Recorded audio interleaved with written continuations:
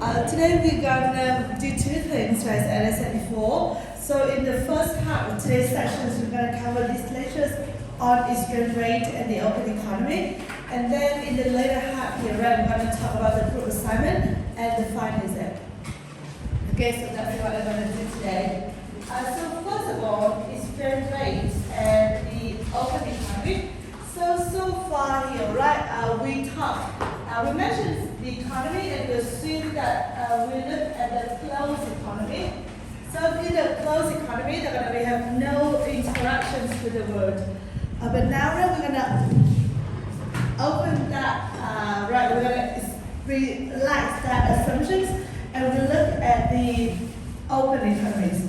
So in the open economy, we're going to have two types of flows. The first one here, we're going to have flows of goods. Right, and the second one here, we're going to have the flows of capital.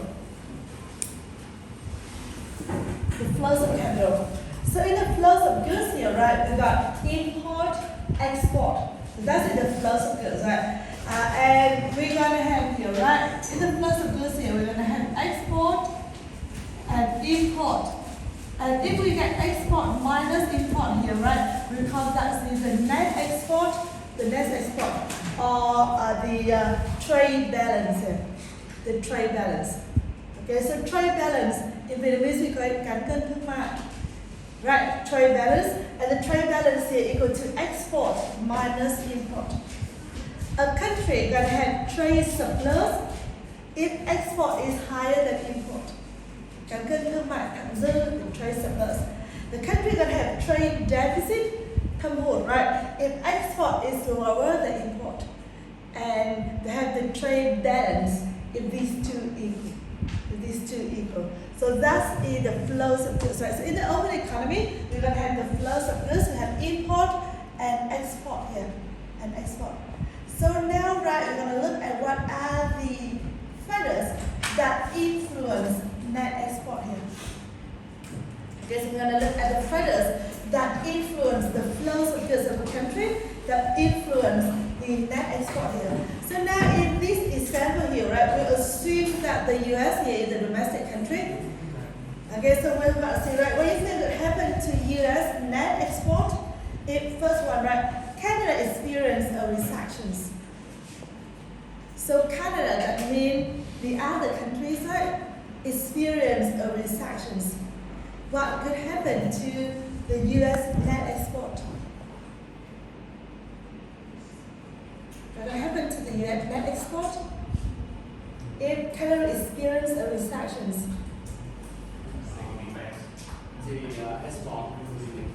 Export will decrease, right? So if Canada experiences recessions, then demand for imported goods will reduce.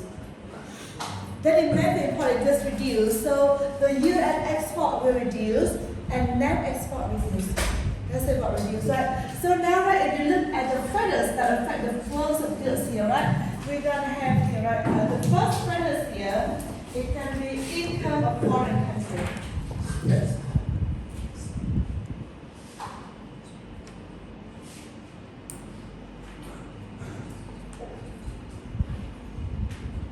Right, so we're gonna have incomes of foreign countries, and the income of our country will affect net export as well, right?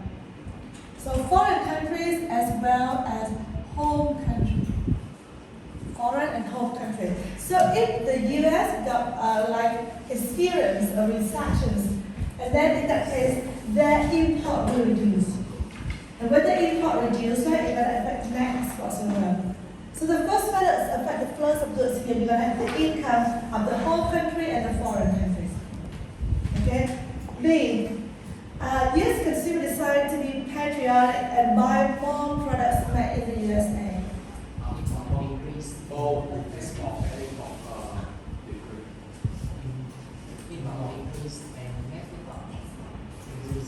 Okay. So basically, if US consumers buy more products made in the USA, so basically they're going to buy less imported goods and import will decrease. So when we tell you about this one, we talk about taste. So the other factors affect here, right? That's in the taste The taste, right? The taste of consumers. And taste, in this case, this is the taste of the home consumers, but the taste of the foreign consumers will affect us as well, right? So for example, we say Canadian consumer decide to be patriotic and buy more products made in Canada. And in that case, US export to Canada will reduce as well, right?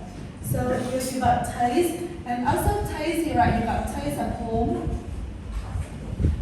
and foreign consumers.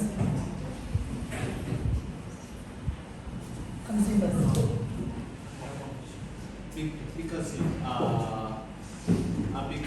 this condition, we demand people in USA. I think the domestic demand will increase because they don't import anymore, but they still want new product in USA. So I think that export and import both Yeah, with that case, it can have an indirect impact. So you say that export will decrease because there are going to be products consumers home. Yeah, because But in that case, the supplier can supply more.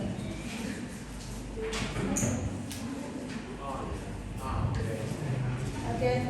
And then we got here, right, the next one. Price of goods produced in Mexico rise faster than the price of goods produced in the USA. So we talk about price of products, and here this is the relative price.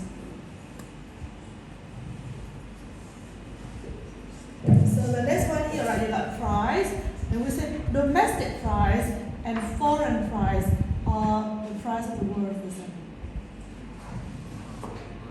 So here, right, price of goods produced in Mexico rise faster. So in that case, like Mexican goods become more expensive relative to US goods, right? So in that case, US export will increase. US export will increase. So you compare the price, right, of the domestic price and foreign price. So here, right, you got finance here, you got consumer preference, so consumer taste, price, and then income, right, and also you have here, this one is exchange rate. Exchange rate. So if, so you got exchange rate, right? I'm going to put E here, stand for exchange rate. Exchange rate. So if we say the US dollar of